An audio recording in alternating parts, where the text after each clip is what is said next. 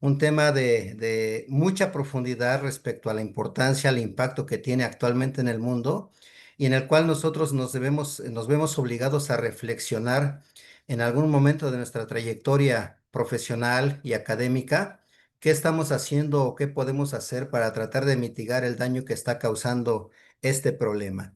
Yo voy a apagar mi cámara y me voy a dedicar exclusivamente ahorita a la pantalla que ya estoy compartiendo, en donde espero que se vea adecuadamente la presentación.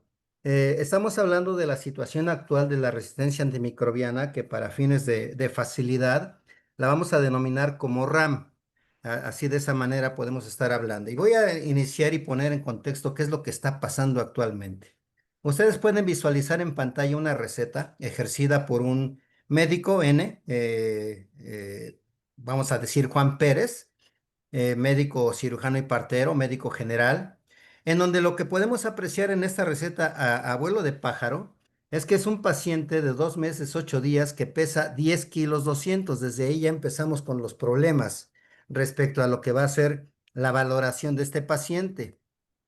Y luego, a fin de destacar estrictamente lo que es el antibiótico, hablamos de faringitis aguda no especificada, a la cual le aplican amicacina, que para fines prácticos no tendría ninguna razón de ser, pensando primero en las principales etiologías de infecciones respiratorias altas que son virales, y aún en el supuesto de que fuera bacteriana, amicacina no tiene nada que hacer contra estreptococo beta hemolítico del grupo A o estreptococo viridans o alguna otra de las estreptocasias que pudieran estar infectando la garganta de cualquier paciente. Y no conformes con eso, aparte, vean ustedes, aplica antiinflamatorios esteroideos y no esteroideos. Estamos hablando de dexametasona, de naproxeno, de paracetamol. Además de que por su edad de 2 meses, vean ustedes, no sé qué función buscaban en una faringitis aguda con dextrometorfano, guaifenicina, ¿sí? Y más allá de ello, pues a hidratarlo. Entonces nos damos cuenta de qué es lo que está realmente sucediendo en nuestro medio y esto es más frecuente de lo que pensamos. Desafortunadamente no tenemos acceso a todas las recetas, pero para fines de muestra basta un botón, ¿verdad? Para entender que no estamos haciendo bien las cosas. Y creo que esto va para los que nos dedicamos ya ahora actualmente a la docencia, a la posibilidad de considerar que tenemos que formar mejores generaciones de médicos para evitar este tipo de problemática que lo único que lleva es justamente al problema que ahorita les voy a presentar. Hablamos de ámbito comunitario, como lo que expresa esta receta, pero también hablamos de lo que sucede al interior de los hospitales. Todos quienes están aquí presentes seguramente en su vida profesional han visto casos muy diversos de aquellos pacientes que ameritan tratamientos antimicrobianos muy diversos, de muy amplio espectro, muchos de ellos, por las condiciones de infección que privan al interior de los hospitales, sobre todo los hospitales de alta complejidad en donde se exacerba este problema de las resistencias microbianas justamente por la alta especialidad, la alta complejidad que priva en muchos de estos hospitales. Infecciones por estafilococo, por Pseudomonas aeruginosa, intrahospitalarios, por Candida albicans, por estafilococos no coagulasa negativos, en fin, una gran cantidad de problemas infecciosos que una vez que se comienzan a documentar, y aquí quiero resaltar las fechas. Vean, este es un cultivo de una fístula con fecha 2005, en donde podemos ver un reporte de Pseudomonas aeruginosa, en donde el antibiograma, vean ustedes, marca puras R. Estamos hablando de 2005 y cuando vemos los antibióticos antiseudomónicos, vemos que incluso las concentraciones inhibitorias mínimas están muy altas para este tipo de microorganismo, una Pseudomonas aeruginosa pues prácticamente resistente a todo. Y se repite eso en 2006 en otro paciente, estamos hablando de un año después, en donde también tenemos Pseudomonas aeruginosa, seguramente en un paciente muy grave porque tiene también aislada Candida glabrata entre sus identificaciones en cultivo bronquial, pero vean ustedes más allá de la importancia clínica que le estén dando quienes la manejan en este momento. Estamos hablando de una bacteria que está prácticamente comportándose como multiresistente, si acaso una sensibilidad intermedia a micacina. Ya más avanzados, por ahí del 2011, comienzan a reportarse ya, incluso en las pruebas en los sistemas automatizados, BITEC, cepas diferentes ya con Acinetobacter baumannii, con Escherichia coli, con Pseudomonas, en donde al hacer los antibiogramas ya comienzan a marcar un fenotipo en el cual no nada más se identifica la MIC con el patrón de resistencias, vean ustedes, para Acinetobacter baumannii, que es un problema muy serio, al menos en el hospital en el que yo trabajaba antes de jubilarme, así como de Escherichia coli, que son los de los microorganismos que se aíslan mucho al interior de los hospitales. Y les decía de los fenotipos que los sistemas automatizados ahora nos permiten poder hacer un mejor análisis del comportamiento de las resistencias bacterianas en razón a que manejan bionúmeros, manejan porcentajes de probabilidad de certeza de la identificación en este caso, y los fenotipos de resistencia que normalmente están manejando este tipo de microorganismos ya identificados como tales. Este es 2012, este cultivo. De acuerdo con eso, pues ya la idea es ver en una línea del tiempo cómo nos estamos comportando. Desde luego que tuvimos una etapa muy oscura a partir de que se descubrieron los primeros antibióticos, y esta etapa oscura en la que se resaltaba la importancia ya en la era de Ignaz Semmelweis del lavado de manos para prevenir la fiebre puerperal, trajo varias, digamos, desarrollos, varias características en la evolución de los antimicrobianos desde la etapa primordial, pasando por lo que se llamó la etapa dorada, que fue a mediados del siglo pasado, en la que surgieron una gran cantidad de antimicrobianos, se comenzaron a conocer mejor las propiedades farmacológicas, el fondo bioquímico e incluso las características ya estructurales mucho más complejas de los diferentes antibióticos, los blancos a los que eran dirigidos, y desde luego la parte de genómica que ya prácticamente al cierre del siglo pasado comenzó a manejarse, pero que iba de la mano justamente del desarrollo de la resistencia incrementada a los antimicrobianos, paradójicamente o paralelamente, con la escasez ya en la segunda etapa del siglo XX respecto a nuevas drogas que pudieran haber surgido ya como drogas antimicrobianas. Y esto justamente ya viene siendo la parte en la que vamos nosotros a establecer las diferentes etapas en que se fueron desarrollando los antimicrobianos hasta llegar al cierre del 2000, en la cual ya estamos hablando de las cepas pan resistentes, multidrogo resistentes y las extremadamente resistentes. Un ejemplo para esto lo podemos establecer con cómo se han venido desarrollando las resistencias con neumococo, que es una bacteria muy común para todos. Hablamos del advenimiento de la penicilina en los años 50, o la quinta década del siglo pasado. Y vean ustedes, en el año que surge la penicilina ya comercialmente, ya estructurada, ya bien desarrollada, y para vean ustedes los años 60, 70, sí pasó un buen de años para desarrollar la resistencia ya a la penicilina por parte de neumococo. Quienes vivimos la medicina ya a partir de los años 70, 80, nos pudimos ya ir dando cuenta que ya venían surgiendo cepas resistentes tanto a penicilina como a eritromicina, aunque no se hacía mucho ruido a este respecto. Surgen las cefalosporinas en los años 60 del siglo pasado, y para los 80 ya hay la resistencia a las cefalosporinas de diversas generaciones que se desarrollan de la década del 80 al 90 prácticamente. Por ahí de 1996, vean ustedes, surge una de las fluoroquinolonas, que actualmente es una herramienta muy importante en terapéutica antimicrobiana, y el mismo año surge la resistencia justamente a estas fluoroquinolonas. Y así se establece que desde cierre del siglo pasado, neumococo se considera como una bacteria multidrogo resistente prácticamente desde 1998 descrita así. Y eso sucede con estafilococo, sucede con Escherichia coli, sucede con Pseudomonas aeruginosa y una gran cantidad de microorganismos. Si nosotros lo vemos de otra manera, viéndolo en gráficos, no voy a pedir que lean toda la gráfica, sería poco pedagógico. Simplemente quiero que vean las líneas doradas que aquí remarco, en donde para estafilococos, que es una bacteria muy común, vean ustedes, viene la penicilina, y prácticamente para 1940 ya hay resistencia a la penicilina de estafilococos, por lo tanto se comenzó a convertir en una opción poco útil ya a partir de entonces la penicilina para estafilococos. Surge la meticilina en los años 60, y vean ustedes, en 2 años ya hay cepas resistentes a meticilina.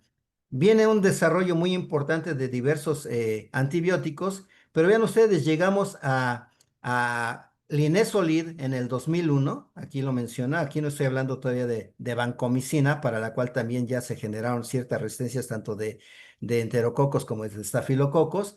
Pero vean ustedes, una de las opciones que incluso en muchos hospitales todavía no manejan, que es el Linesolid que inició con el siglo, y ya prácticamente en un año desarrolla resistencias al Linesolid.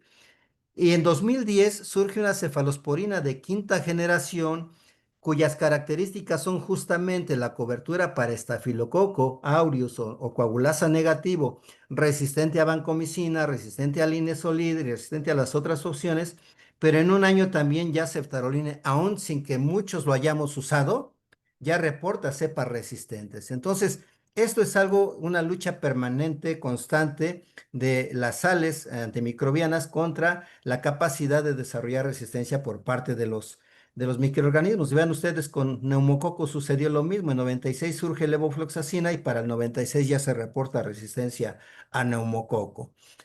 ¿Cuál es la finalidad del uso de los antimicrobianos? Esto es muy fácil de determinar. Si yo tengo una bacteria gram positiva y la quiero matar con un betalactámico, mi objetivo final es matar a la bacteria mediante el mecanismo de acción que es la inhibición de la síntesis de peptidoglicano.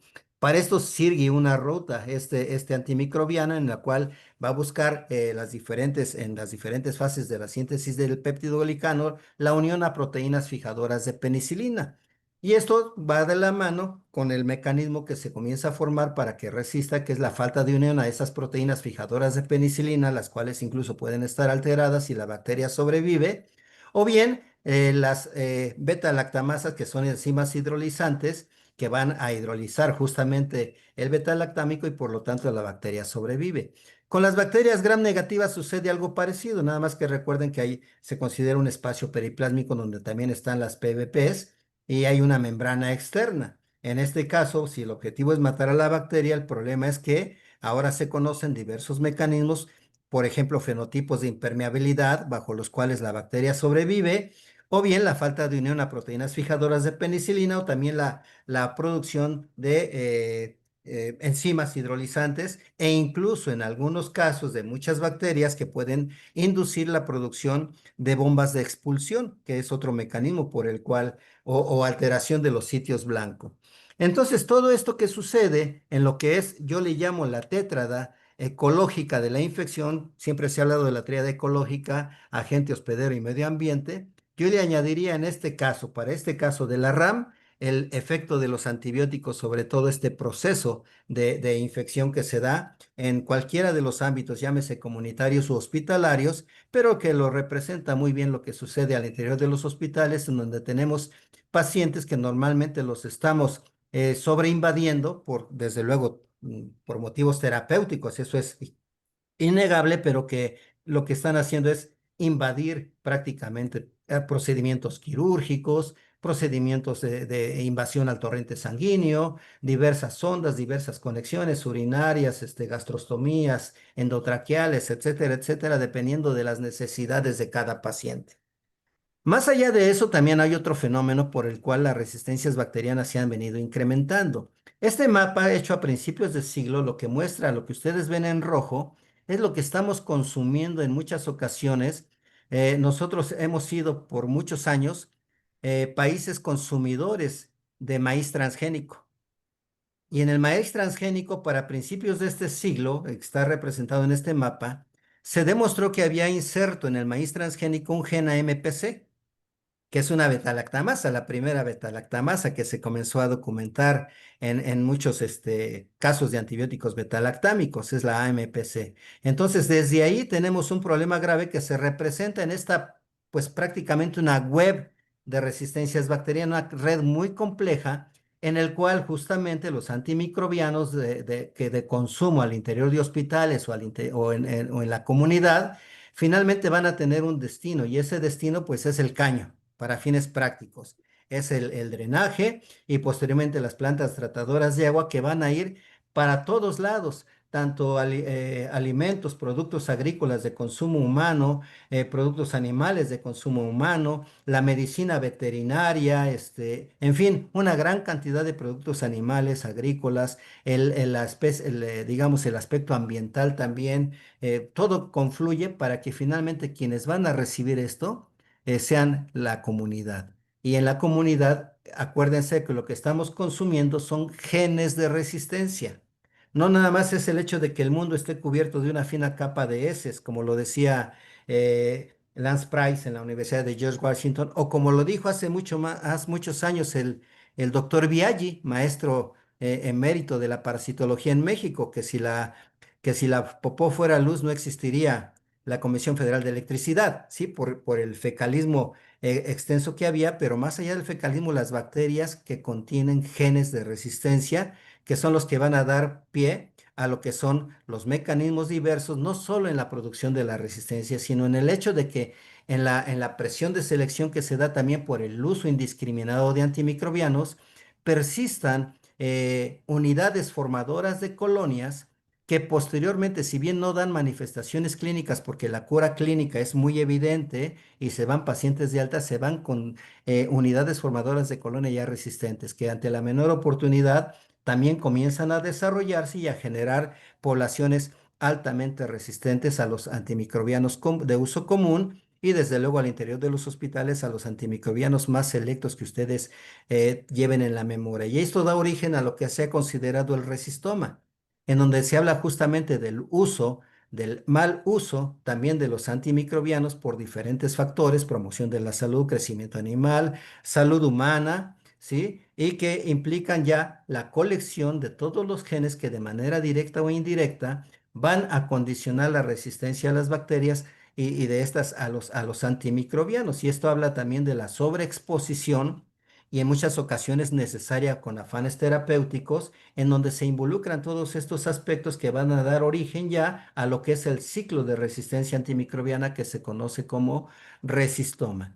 Y sumado a esto, justamente este resistoma intrínseco tiene considerados todos los factores relacionados con diversos aspectos, digamos, fisiopatológicos de la infección, como es la formación del biofilm, la abundancia, la persistencia de los genes y los determinantes clásicos de la resistencia, como es la inactivación antibiótica, la modificación de los blancos terapéuticos, los cambios o los fenotipos de impermeabilidad y la actividad genética que da origen justamente a la transferencia horizontal o bien a las mutaciones y van de las manos con lo que es el moviloma, es decir, la forma en la cual todos estos genes van a estar moviendo en todo lo que es la especie humana y las especies animales, desde luego también. Por ahí desde 2001, la Organización Mundial de la Salud establecía estas premisas, que la resistencia tiene un alto costo económico, ¿sí? Así como en los medios de subsistencia y sobre todo de vidas humanas.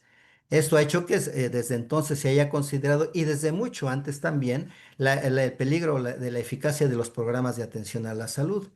Y esto ya implicaba amenazas para la gobernanza, habla de estabilidad mundial y la seguridad de los países. Y pues el hecho de cómo se puede interpretar el papel de los clonos resistentes. Entonces, desde entonces ya para este siglo se estableció una estrategia mundial para contener la resistencia a los antimicrobianos, cosa que no permeó mucho hacia el interior de nuestras unidades médicas, o al menos no se le daba la difusión que realmente merecía todo esto. Y se estableció la recomendación para el uso juicioso de antibióticos, de los cuales yo recuerdo que a través de la Sociedad de Pediatría del ISSSTE, la Asociación Mexicana de Pediatría, la academia misma, comenzó a hacer foros en donde se pudiera hablar también de respecto al uso juicioso de los antibióticos. En el año 2010, yo tuve la oportunidad de acudir por parte de la Sociedad Mexicana de Pediatría junto con la doctora Patti Saltijeral y un grupo de trabajo a esta reunión que se publicó en el Diario Oficial de la Federación el jueves 27 de mayo del 2010, en la cual se estableció el acuerdo por el que se determinan los lineamientos a los que estará sujeta la venta y dispensación de antibióticos, es decir, únicamente prescripción y venta por receta médica. ¿Qué sucedió después de esto? Se vino como un boom en el que las farmacias comenzaron a tener prácticamente todas, genéricos similares, farmacias de patente, anexos en los cuales se daba consulta médica, asesoría médica gratuita, costos económicos, pero de las cuales salían muchas personas con diversos antibióticos en una bolsa con 3 o 4 medicamentos para problemas incluso triviales. Los que trabajamos en urgencias pediatría muchas veces lo vimos, cuadros de diarrea aguda, deshidratación, fiebre por deshidratación, y llegaban con una bolsa en donde llevaban amicacina, ampicilina y metronidazol. Esto es algo que sucedió mucho a partir de que se dio esta parte.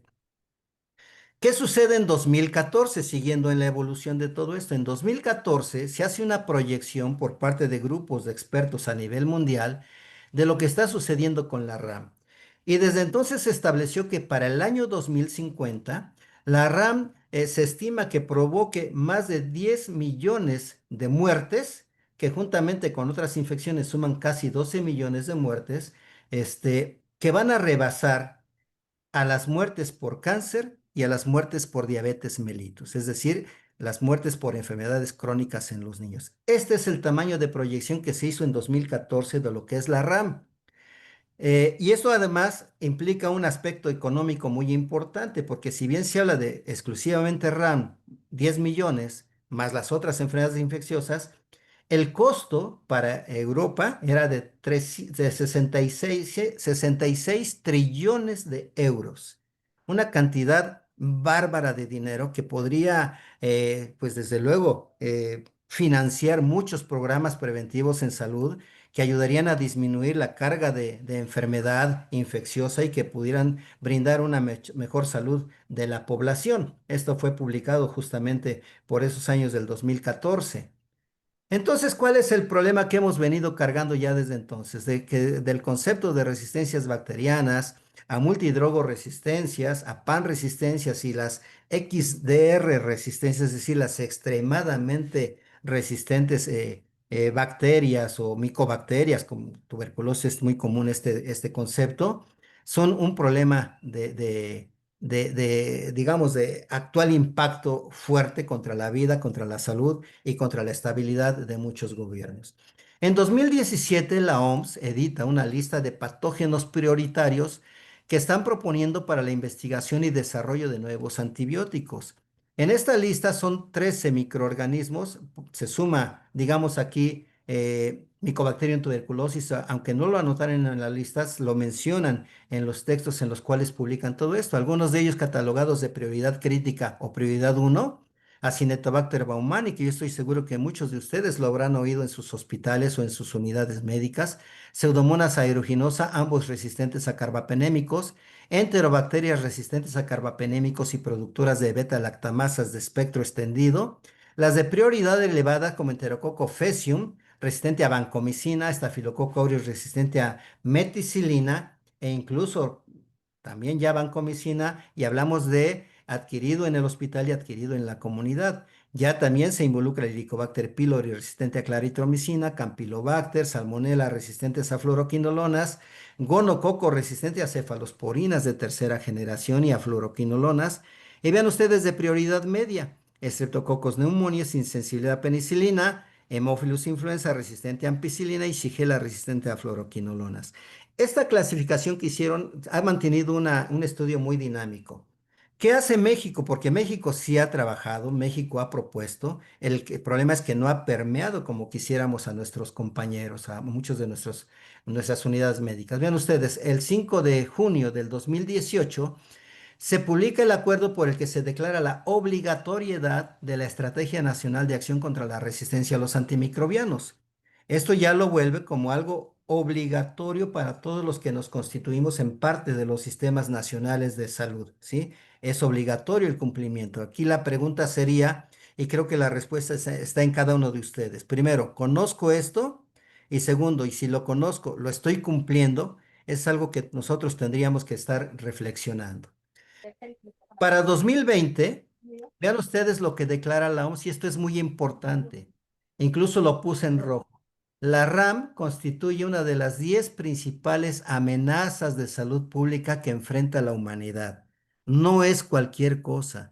Es algo que desafortunadamente, y ahorita lo vamos a comentar, muchas estructuras en salud no la consideran, pero tiene costos económicos, tiene costos en salud, tiene costos en relación a la discapacidad, que también ya se ha medido a nivel mundial todos estos factores.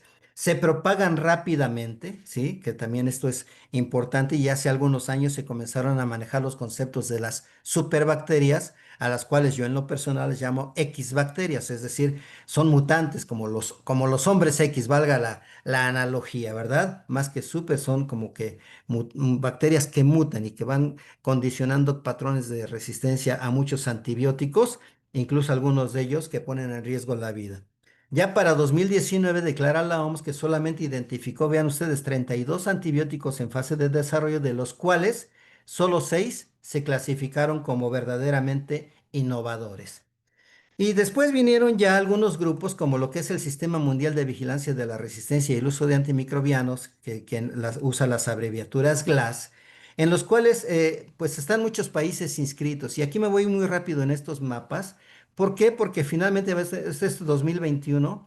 Desafortunadamente, en donde están inscritos muchos países, estamos hablando del continente americano, Norteamérica, parte de Sudamérica muy importante, África, Europa, Asia. Y vean, México está en blanco. Como que México no está inscrito en este sistema mundial, esa da la impresión porque en el resto de parámetros que se miden en estas asociaciones mundiales, donde se estudian las diferentes características de las resistencias antibacterianas, miren, por síndromes infecciosos, torrente sanguíneo, México sigue apareciendo en blanco. En relación a patógenos bacterianos, la cobertura por patógenos bacterianos, seguimos apareciendo en blanco. Por consumo de grupos farmacológicos, México no aparece en estas listas. Sí aparece, por ejemplo, Colombia, aparece, por ejemplo, de América, Perú, pues de América son realmente pocos. Pero a golpe de calcetín podemos ver el color azul, y este color azul que sumado con el color verde son la mayoría de los antibióticos que más se consumen en el mundo. Vean ustedes, son los betalactámicos y otros betalactámicos los que más se consumen en el mundo. Por eso es por lo que mucha gente conoce mejor los mecanismos de resistencia a los betalactámicos. Y de ahí podemos ver ya otros colores en donde se involucran macrólidos y se involucran tetraciclinas como parte de los medicamentos que más se están usando a nivel mundial. Y esto que pareciera ser, digamos, poco importante, lo que demuestra es lo que está en azul, es el consumo oral de antibióticos, ¿sí? Es decir, el consumo oral de antibióticos, diríamos, pues es que preferible, ¿no? Aquí significa que a lo mejor hay menos graves. El problema aquí estamos hablando de la sobreexposición que se da en muchas ocasiones de manera innecesaria o en la mayor parte de los casos y que es lo que va impactando en la emergencia de las resistencias. Entonces se sigue considerando, vean ustedes, para 2023, según la OMS, a nivel mundial, la RAM como una de las principales causas de muerte. Y vean ustedes, ya manejan cifras, 1.2 millones de muertes, pero asociadas prácticamente casi 5 millones de muertes en 2019, exclusivamente relacionadas con la RAM. Y lo que se establece es que si nosotros eludimos o no abordamos este problema, no lo reconocemos, habrá graves consecuencias, no solo para la salud, ¿sí? Sino para la economía mundial, que vean ustedes, para 2050 se habla de 100 billones de dólares, el costo que tiene este tremendo problema. Muchos países han hecho esfuerzos, pero muchos de ellos son aislados. Yo estoy seguro que en México hemos hecho muchos estudios, yo me incluyo, en relacionados con la resistencia ante los antimicrobianos, pero desafortunadamente no han impactado de la manera que nosotros quisiéramos. Entonces, en esta frase que de la resistencia a los antimicrobianos es una prioridad socioeconómica y de salud pública mundial, creo que tenemos nosotros que llevar el mensaje a las nuevas generaciones de médicos. Muchos ya estaremos viciados, ya vamos de salida, otros a lo mejor no lo apreciamos tanto, pero creo que si no trabajamos de manera conjunta, solidaria, no vamos a poder resolver este problema. Y diríamos lo que se daba para 2050, ya se comenzaron a hacer cálculos para 2030. ¿Por qué? Porque en 2014 no se consideraba que iba a llegar COVID. Y cuando llegó COVID fueron millones de personas en el mundo que fueron sujetas a antimicrobianos diversos, entre ellos la citromicina, en los pacientes hospitalizados, carbapenémicos, fluoroquinolonas, una gran cantidad de antibióticos que se comenzaron a utilizar y esto ya ha venido impactando. Entonces, ¿qué es lo que estima el Banco Mundial? Vean ustedes, si no se controla la RAM, habla de pérdidas anuales de entre 1 billón de dólares y 3,4 billones de dólares de lo que es el Producto Interno Bruto. Para los economistas, yo creo que esto es algo, y hablamos de 2030, es decir, dentro de 5 años. Esto es una barbaridad de presupuesto, que desde luego pues no hay presupuesto que alcance, ¿verdad? Y aparte 1 billón adicional en costos de atención sanitaria para 2050, ¿sí? Esto es año con año lo que está sucediendo y se va incrementando, ¿sí? Y pues desde luego se sigue propagando, se siguen desarrollando mecanismos de resistencia. Vamos a llegar a la posibilidad de no poder tratar infecciones comunes, infecciones que considerábamos triviales y algunas de ellas que están relacionadas también con procedimientos hospitalarios, como lo que es el cáncer, algunas cirugías, etcétera, lo que lleva de la mano morbilidad y discapacidad aumentados.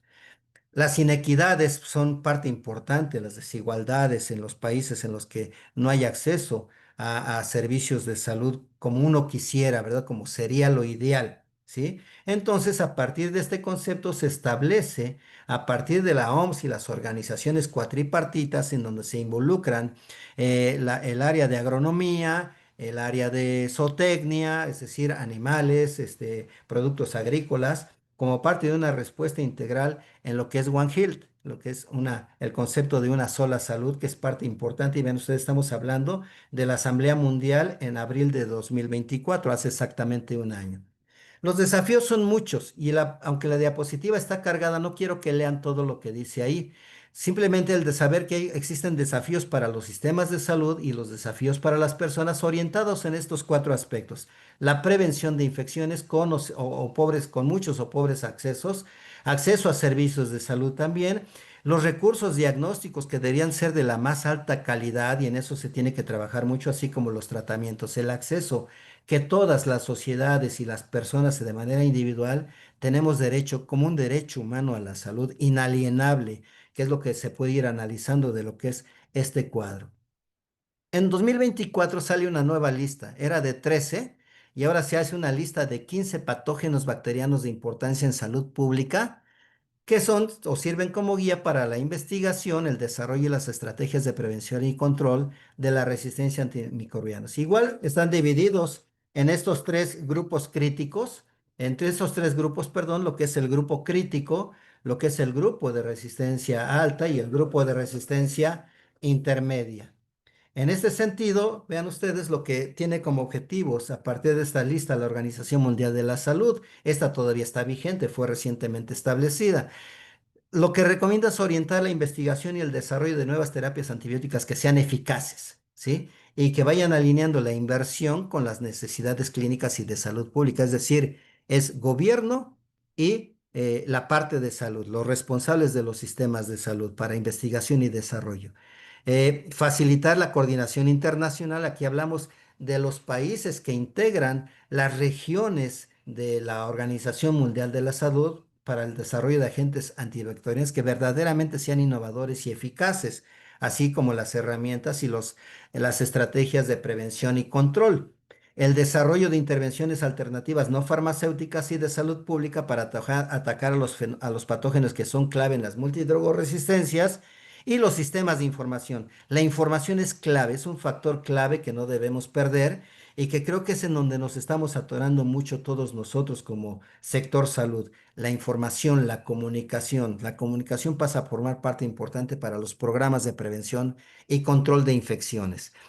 Se estableció una metodología que se propuso a través de estas organizaciones internacionales que se llama PAPRICA, en la cual se siguen diferentes pasos que van orientados a la priorización de decisiones que le llaman multicriterio. Es un proceso de priorización en donde se establecen varios pasos, no los vamos a leer, se las voy a compartir con mucho gusto, puedo dejar la presentación, se está grabando. Este, para que lo vayan leyendo mucho más detenidamente. Aquí de lo que hablamos en este proceso es de que a partir de los criterios lo que se va a evaluar son aspectos como mortalidad, incidencia, carga sanitaria, tendencia de resistencia, transmisibilidad, prevenibilidad, tratabilidad y planeación. Y cada uno con sus propias definiciones. Este es un cuadro muy grande, por eso nada más puse esta parte de lo que se trata. Este cuadro que se clasifica según diferentes métodos de puntuación para ver los niveles de riesgo altos, medianos, medios, bajos, etcétera. Y en forma muy dinámica, revisando todo lo que se reporta de todo el mundo desde 2017 al 2024, que ha venido a dar lugar a la nueva clasificación de antibióticos prioritarios en los que de 13 sube a 15 y sigue siendo el mismo grupo crítico, el grupo de riesgo alto y el grupo de riesgo mediano, en los cuales lo que importa de lo que está en negritas lo encierro en círculos, en donde habla de las mayores amenazas para la salud pública, los grupos críticos, con pocos o ningún candidato prometedor en desarrollo para tratamiento, o bien aquellos de grupo alto que son significativamente difíciles, hay una pequeña diferencia, con pocos tratamientos potenciales, o bien aquellos de dificultad moderada para el tratamiento con tendencias moderadas en resistencia, pero todos ellos con una característica común, son difíciles de prevenir y son altamente transmisibles. Y de acuerdo con todos estos criterios, sacan una lista de patógenos ya, aquí está la nueva lista: enterobacterias resistentes a carbapenémicos, enterobacterias resistentes a cefalosporinas de tercera generación, Acinetobacter baumannii resistente a carbapenémicos. Aquí ya añaden Mycobacterium tuberculosis resistente a rifampicina, lo que es la TBRR. Salmonelas en el grupo alto, resistentes a fluoroquinolonas, que las utilizamos a pasto, sobre todo en la población adulta, pero esto impacta en los niños. Shigelas también. Enterococcus faecium resistente a vancomicina. Pseudomonas aeruginosa resistente a carbapenémicos. Gonococo resistente a cefalosporinas y fluoroquinolonas. Estafilococo aureus resistente a meticilina. Y las de grupo mediano, las estreptococos resistentes a macrólidos. Hablamos de grupo A, hablamos de neumococo, grupo B resistente a penicilina y Haemophilus influenza resistente a ampicilina. Estos son los 15 que se han logrado establecer actualmente, a partir de lo cual sacan estos cuadros. Yo solamente voy a encerrar en rojo. Ustedes podrán ver la lista de microorganismos y meditar en sus hospitales, en sus unidades de atención, en su práctica privada, lo que han mandado de urocultivos, a lo mejor cultivos bronquiales, exudados faringios, de ellos, ¿cuáles están en esta lista? Escherichia coli resistentes a cefalosporinas de tercera generación, Salmonella resistentes a fluoroquinolonas, Enterobacter resistente a cefalosporinas de tercera, Citrobacter. Entonces, es bueno ver una lista muy grande en la cual se establecen los riesgos por nivel de resistencia. Un nivel de resistencia mediano, un nivel de resistencia mediano alto, un nivel alto, que son los que yo escogí en este caso, para ejemplificar lo que sucede al interior de muchos de nuestros hospitales. A lo mejor en mi hospital pudiera yo transferir Enterobacter y ponerlo en el mediano alto. Y el Fecium a lo mejor lo pongo en el alto. No lo sé, cada hospital tiene su propio comportamiento, pero estos cuadros nos permiten poder idear algo que pudiéramos hacer en nuestras unidades médicas, porque se miden los patógenos por nivel de resistencia, los patógenos por número de casos por millón de habitantes, desde el bajo, bajo mediano, mediano, mediano, alto, alto, según el número de casos. Y vean ustedes, volvemos a poner los mismos microorganismos: Klebsiella pneumoniae, Cinetobacter baumannii, Pseudomonas aeruginosa, que al menos yo siento que hay hospitales de alta complejidad que estos ya pudieran estar aquí. Han emergido una gran cantidad de bacilos gram negativos no fermentadores al interior de muchos hospitales de alta complejidad. Entonces, esto se pudiera adecuar, esto que es a nivel mundial, se pudiera adecuar en el ámbito de local o en el ámbito nacional, para ir conociendo qué tenemos nosotros como control epidemiológico en nuestros hospitales. También se han medido los años vividos con discapacidad por millón de habitantes. Y si se dan cuenta, prácticamente estamos hablando de resistentes a carbapenémicos, resistentes a cefalosporinas, resistentes a fluoroquinolonas, a macrólidos, ¿sí? Y de alguna forma cada quien los puede ir colocando en el cuadro que más les convenga. Por tendencia de resistencia, cuando hay una tendencia creciente, vean ustedes, en una región de la OMS o en dos regiones de la OMS o en tres o más regiones de la OMS, vean ustedes cómo se van posicionando. Esto lo pudiéramos hacer en pequeño en nuestro hospital, ¿verdad? Si es en la terapia intensiva, si es en el área quirúrgica, si es en algún lugar, cómo es el nivel de resistencias con el que se están comportando los aislamientos que tenemos en nuestras unidades médicas. Según nivel de transmisibilidad, vean ustedes, también se ha medido este concepto, es también otro criterio de medición, al cual de acuerdo a los puntajes se le van dando también las connotaciones de mediano, mediano alto o alto riesgo según nivel de transmisibilidad. Vean ustedes, alto para E. coli, Klebsiella, Shigella, Enterococo faecium, Salmonella notifide, Staphylococcus aureus con sus diferentes patrones de resistencia. Respecto de la prevenibilidad, que es un punto muy importante, esta prevenibilidad se mide en razón a una recomendación que hay de los eh, prevención y control de infecciones estándar, los procedimientos estándar de prevención, si son efectivos y suficientes, 2 puntos. La descolonización o profilaxis, si existe en nuestras unidades, también eficaz, 2 puntos. Las intervenciones de salud pública en las comunidades, si son existentes y efectivas o innecesarias, también 2 puntos, que sería lo ideal tener todas estas calificaciones.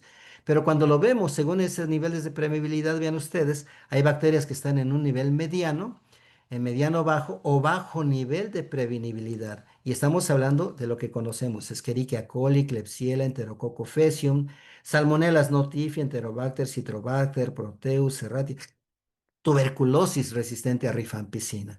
Entonces, ustedes pueden colocar, les digo, lo que según su experiencia en sus unidades vayan identificando para poder ir haciendo estas clasificaciones tomadas como modelo de esto que se hace a nivel mundial para la aplicación local, y tendremos, yo creo que muy buenos resultados respecto a lo que tenemos. Y viene la parte más grave según el nivel de tratabilidad. Y en el nivel de tratabilidad solamente vean la última columna: muy bajo el nivel de tratabilidad para Acinetobacter baumannii, y aquí estamos hablando de tuberculosis resistente a rifampicina a nivel mundial, ¿eh? Pero aquí analicen qué sucede. Lo que yo veía cuando estuve trabajando en hospitales, que aquí yo podría haber puesto Pseudomonas aeruginosa y seguramente pondría, aunque no lo veo por aquí, Acinetobacter. Ah, sí, aquí está Acinetobacter baumannii resistente a carbapenémicos. Entonces, cada uno podría ir adecuando lo que sucede en sus ámbitos, y de esa manera van a poder ejercer un mejor control. Probabilidad de disponibilidad de tratamiento en el futuro, otro criterio. Vean ustedes, prácticamente improbable en el futuro de corto o mediano plazo. Tenemos a Klebsiella resistente a carbapenémicos, a Acinetobacter resistente a carbapenémicos, lo señalé en rojo, Enterococo faecium resistente a vancomicina, Pseudomonas aeruginosa resistente a carbapenémicos y Staphylococcus aureus resistente a meticilina, entre los otros que están no remarcados, pero que también forman parte importante de lo que está sucediendo y lo que se está digamos, proyectando en un futuro no muy lejano. Entonces, aquí tengo señaladas en rojo de esa lista de 15 patógenos, algunos que a título personal yo he identificado en algunos hospitales: Acinetobacter baumannii, enterobacterias resistentes, bueno, resistentes a carbapenémicos, enterobacterias resistentes a cefalosporinas y a carbapenémicos, Mycobacterium tuberculosis resistente a rifampicina, Enterococo faecium resistente a banco, Pseudomonas resistente a carbapenémicos, Estafilococo aureus resistente a meticilina, entre los que más problemas nos están dando actualmente en algunas unidades médicas del país.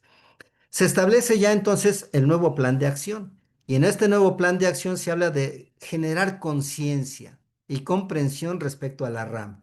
Hablamos de comunicación, hablamos de educación médica, hablamos de formación efectiva, nuevas generaciones que ya traigan inserto este chip en su formación profesional. Reforzar conocimientos, base científica a través de vigilancia e investigación, reducir la carga de infecciones con medidas preventivas eficaces. De forma óptima hay que utilizar los medicamentos antimicrobianos en salud humana, en salud animal y en salud agrícola, también en salud de alimentos, con inversiones que sean sostenibles de acuerdo a las necesidades de cada país, y en cada país de acuerdo a las necesidades de cada institución.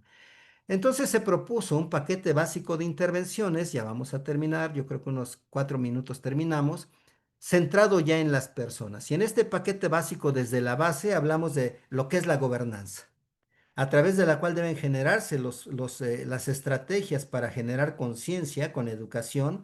A nosotros nos corresponde desde las unidades formadoras de recursos humanos para la salud, desde el pregrado, pero ahora ya hay proyectos desde la educación a la salud, desde las escuelas de nivel básico. Hablamos de secundarias, hablamos de preparatorias, en donde se promueva todo este tipo de conocimientos relacionados con el mal uso de los antibióticos. Le sigue los siguientes 3 pasos, vean ustedes: generar redes de vigilancia, las tenemos en México, pero no todos nuestros hospitales están incluidos en la ROBE, que eso es algo también muy triste. La red hospitalaria de vigilancia epidemiológica no tiene a muchos hospitales que son importantes en cada estado del país, los farmacovigilancia respecto a antimicrobianos y la investigación e innovación sobre la RAM.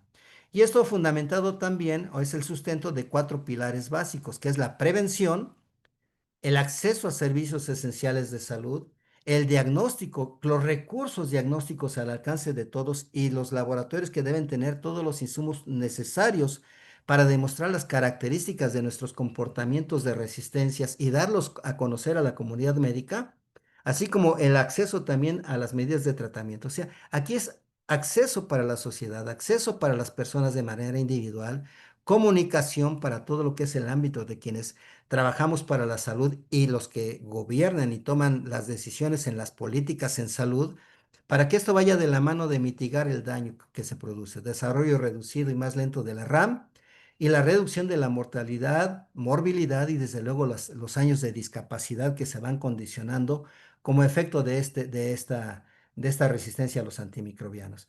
Esta imagen es de 2025, me lo enseñó un alumno de la Escuela de Medicina. Vean ustedes, es torrente sanguíneo, es eh, prácticamente resistente a una Klebsiella SP, resistente a todo lo que está aquí, incluidas las glicilciclinas, incluidos aminoglucósidos, incluidas cefalosporinas de tercera, fluoroquinolonas, carbapenémicos, betalactamas, para todo es resistente. Y van haciendo una recomendación ellos que pues, habría que ver qué tan recomendable es. Entonces, ¿qué se requiere para tratar de manejar esto? Esfuerzos centrados en áreas clave como medidas sólidas de prevención y control de infecciones, acceso equitativo a diagnóstico, a tratamiento y a todo lo que implique las necesidades en la atención a la salud, la detección adecuada, correcta de las tendencias emergentes de la RAM desde nuestras unidades de trabajo y la inversión para la gobernanza en la investigación y desarrollo, que es algo muy importante. Existen diversos documentos, estos también se los puedo compartir si se comunican conmigo personalmente o a través de las redes, y yo con gusto les comparto estos documentos que existen, vean ustedes, desde el 2020, agentes antibacterianos que ya están en desarrollo, en donde se habla de muchas combinaciones que muchos de nosotros todavía ni conocemos.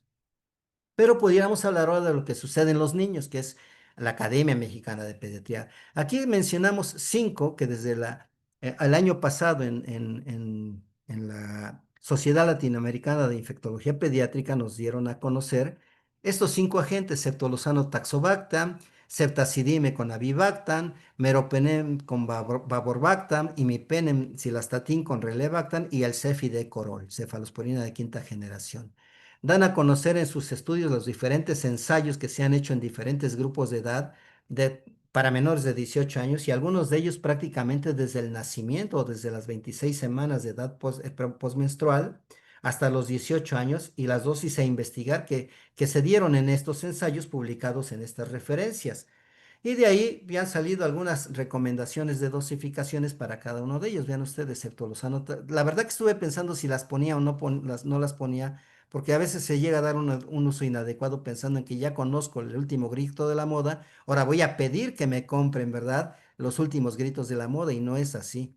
Esto es muy importante porque a pesar de conocer las dosis que aquí se las voy a dejar, ceftolozano, taxobactam, 20 miligramos kilo dosis IV cada 8 horas, vean ustedes, para neonatos y menores de 3 meses, 30 miligramos por kilo dosis, ¿sí? Y así ceftazidimia bactam, que es la única que realmente se ha autorizado para su uso en niños hasta el momento, incluso por sobre meropenem, imipenem y cefidecorol, es ceftazidimia avibactam, pero cada caja de ceftazidimia avibactam cuesta poco más de 15,000 pesos. Imagínense el impacto que se tiene para manejar este tipo de infecciones que aquí están mencionadas por microorganismos multidrogoresistentes, bacilos entéricos gram negativos o bacilos gram negativos no fermentadores con producción de carbapenemasas, betalactamasas de espectro extendido, carbapenemasas clase A, KPC o clase A, B y D, etcétera. Son diferentes los mecanismos, y para todos estos se han generado ya muchas pruebas que han venido a dejar la recomendación incluso de las dosis de estos cinco grupos de nuevos fármacos a partir ya de 2 años a la fecha, ¿sí? Y el problema es que varios de ellos están sustentados en reportes de caso. Pero es el caso, cada reporte se va sumando hasta que se comience a generar la evidencia. Esto yo creo que va a tardar un poquito. ¿Qué hace México? México, vean ustedes, participó en la sesión plenaria de la 78ª Asamblea Mundial de la Salud, espero haberlo dicho bien, que se llevó a cabo el 19 y 20 de mayo del 2025. Nuestro secretario de Salud reiteró el compromiso que tiene nuestro país con una agenda global basada en equidad, solidaridad y cooperación. Me preocupa porque aquí habla el Plan Sectorial de Salud de México que prioriza las enfermedades no transmisibles, pues con toda justicia tenemos un problema grave de no transmisibles, la prevención y la atención primaria de las mismas. Y al mismo tiempo también escribe que hay un compromiso con el enfoque de una sola salud. Creo que aquí es donde nosotros tenemos que colgarnos ahora sí para poder exigir una cobertura mucho más importante relacionada con este problema de RAM, que está equiparable o más a lo que son las crónicas no transmisibles y que va a subir todavía mucho más con el paso de los años en el corto plazo. Entonces, estamos hablando como conclusiones de un problema prioritario de salud pública mundial, incluyendo nuestro país, que amerita el establecer nuevamente las políticas para el uso juicioso de los antibióticos, desde los tratamientos empíricos, los tratamientos dirigidos, el conocimiento de la epidemiología local para hacer estas prescripciones, las medidas de prevención y control de enfermedades infecciosas para disminuir, esto es muy importante, disminuir la carga de enfermedad, incluso para aquellas enfermedades que son prevenibles por vacunación, que esto es también muy importante. Hablamos de neumococo, de Muflus influenza tipo B, etcétera, ¿sí? Mejorar las condiciones de diagnóstico etiológico, que es muy importante. Hacemos referencia a que la ceftazidima avibactam es el único betalactámico con inhibidor de beta-lactamasa aprobado desde los 3 meses de edad en infecciones moderadas a graves y desde luego en muchas instituciones. Ya deben estar trabajando con los PROAS, la optimización del uso, la regulación del uso de los antimicrobianos en sus unidades. Y si acaso algunas recomendaciones, un decálogo, los antibióticos no son analgésicos, o sea, no hay que prescribirlos como analgésicos, ni como antipiréticos, ni como antitusígenos o expectorantes. Hay que respetar los esquemas de profilaxis, no abusar de esquemas poco ortodoxos en primera intención, como son los tratamientos empíricos. Aquí se me fue una S en lugar de una X, me disculpo. Hay que respetar, de acuerdo al uso juicioso, las dosis en los intervalos adecuados, la duración adecuada de los esquemas de tratamiento, como lo marca la Lex Artis, el modificar solo ante casos de mala respuesta al tratamiento inicial y suspender cuando ha sido resuelta o descartada la infección, el tratar de conocer nuestra epidemiología microbiana y fortalecer la cultura de la prevención. Parto, lactancia, lavado de manos, vacunas, que parecen ser muy simples, pero son los más baratos y los que más vidas salvan cuando los sabemos aplicar adecuadamente. Desde ahí nacemos hasta nuestras políticas de llegada a jornadas de salud ante la comunidad y las prácticas de lactancia materna exclusiva, como se ha venido dando con el contacto piel a piel durante el nacimiento de los niños. ¿Qué más se requiere? Vean ustedes, según la Asamblea Mundial de la Salud en abril de 2004, hace un año, habla de capacidades y acciones sectoriales específicas sólidas y bien coordinadas, acelerar los planes de acción nacionales con estas 4 prioridades. Primero, prevención de infecciones que inducen a utilizar antibióticos, es decir, disminuir el uso de antibióticos. Acceso universal a diagnóstico de calidad, tratamiento adecuados. Información, ciencia e innovación, es decir, la vigilancia epidemiológica que nos dé el sustento y desde luego la gobernanza, financiamiento, que es algo de lo que estamos careciendo actualmente de forma desafortunada. Aquí les meto una lista de lo que fueron las lecturas que he consultado y les encierro en este círculo en rojo lo que se ha recomendado actualmente. Vean, iniciativa de diagnóstico de resistencia, pero más allá de esto, el kits de herramientas para fomentar la participación de los medios de comunicación, que es algo que no hemos utilizado en la forma que se debiera tener. Tenemos gran cantidad de medios de comunicación. Y la otra es la educación, recomendaciones para docentes y para responsables de las políticas para dar cobertura en las escuelas. Y no habla de las escuelas de medicina, estas recomendaciones hablan de la escuela en el ámbito de la educación básica. Nosotros tenemos mucha responsabilidad como academias, tenemos que llegar y hacer estas discusiones es una recomendación y entrarle a las políticas de una salud. Debemos ser mucho más asertivos en lo que estamos haciendo con todo esto. Y con esto cierro agradeciendo su atención y me fui un poquito rápido, pero era mucha información que no quería dejar de darles y si hubiera tiempo para preguntas, con todo gusto estoy a la disposición de todos ustedes. Muchas gracias. Pues muchísimas gracias, doctor Huerta. Excelente conferencia, muy buena. Por lo pronto, vamos a ver si hay preguntas. Pero hay dos preguntas del doctor Enrique Girón. Una que dice, ¿qué papel juega la citogenética bacteriana en la resistencia a antibióticos? Perdón, ¿me puede repetir la pregunta? Sí, claro. Dice, ¿qué papel juega la citogenética bacteriana en la resistencia a antibióticos? Primordial, primordial. De hecho, incluso desde lo que les mencionaba de la presión que de selección que antes se pensaba que doy cobertura para gram negativos y van a emerger gram positivos, o doy gran cobertura para gram positivos y emergen gram negativos, o doy cobertura para los dos y me emergen hongos. No es nada más así. Esto se da en el nivel genético justamente. La presión de selección se da en el nivel genético y los mecanismos de transmisión y justamente se van desarrollando también en el ámbito del nivel intracelular, no propiamente tomando en consideración la parte genética, digamos, eucariota, sino los fenómenos que desarrollan las propias bacterias para no solo desarrollar mecanismos de resistencia, sino para transmitirlos a través de bacteriófagos, a través de plásmidos, a través de otro tipo de mecanismos de transmisión que se han considerado como parte de sus propias capacidades para transmitir estos genes de resistencia. Sí, pues ya comentaste un poquito de la siguiente, pero te la voy a decir también. ¿Cuáles son los mecanismos de las bacterias para que conseguir resistencia a los antibióticos? Pues ya ahorita dijiste Ah, algo. claro que sí, con mucho gusto y gracias por la pregunta. Quité esas diapositivas en donde las ilustraba por cuestiones de los tiempos, pero me da la oportunidad de comentarles esta pregunta. No me deja abrir la cámara, mi aparato, no sé por qué, ya no me puedo visualizar, pero vean ustedes, hablamos del más conocido, la producción de enzimas hidrolizantes, de las cuales las primeras fueron las penicilinasas y posteriormente vino todo el grupo de betalactamasas que son enzimas capaces de hidrolizar a los antibióticos, es decir, de destruirlos.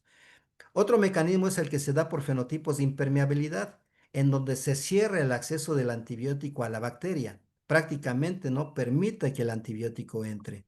Otra es la modificación de los sitios blancos, en donde el antibiótico tiene un sitio blanco en algún proceso, en algún organelo de la bacteria, dígase ribosomas para síntesis de proteínas, algún sitio específico que modifica sus características estructurales e impide que el antibiótico se pegue y ejerza su efecto.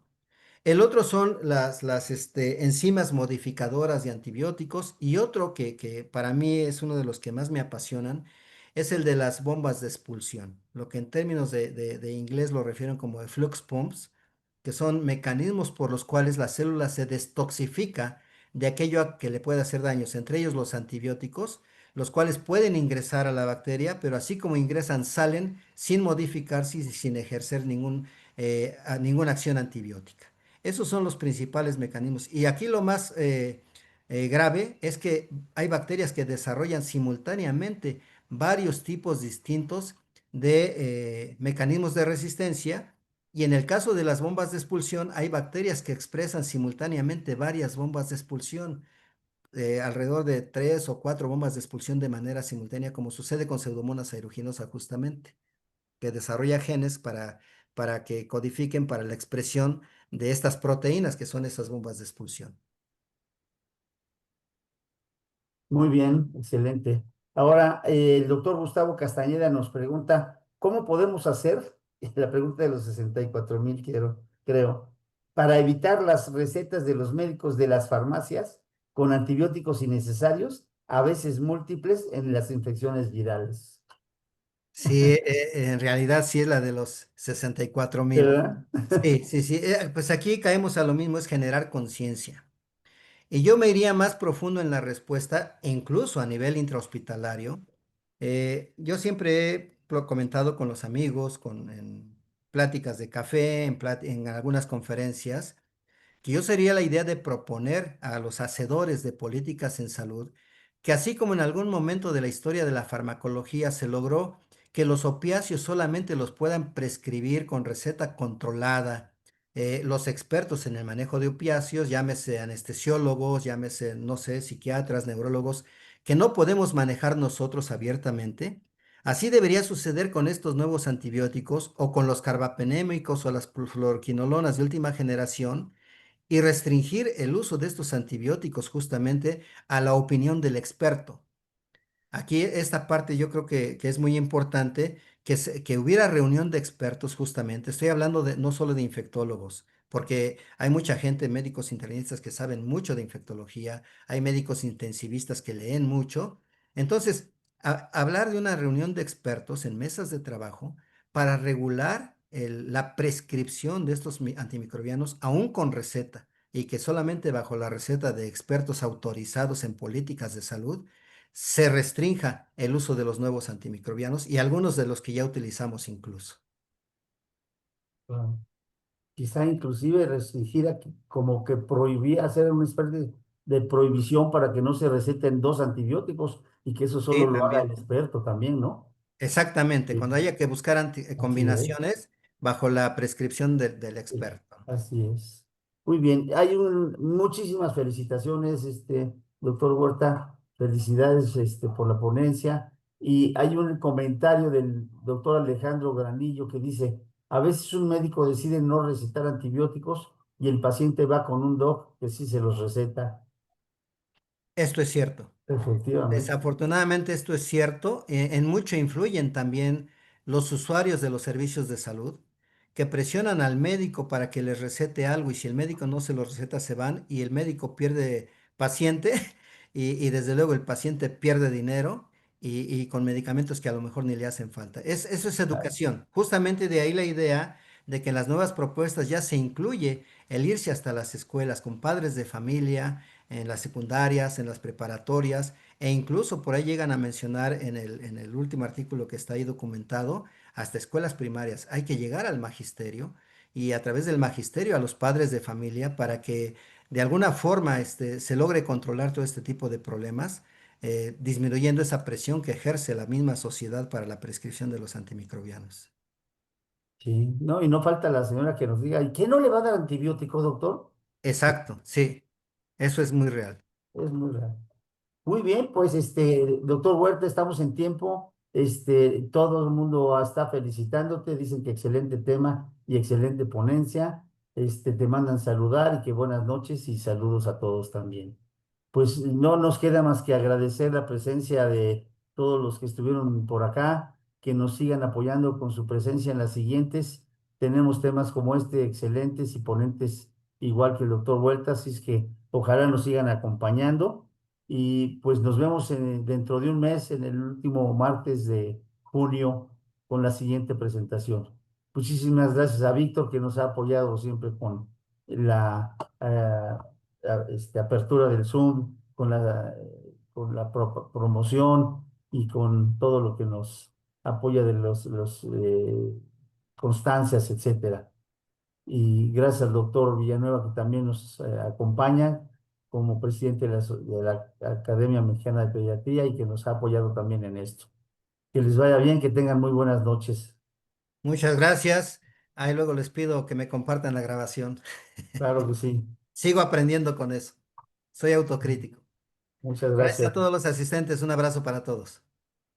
Claro. Bye, todo suerte.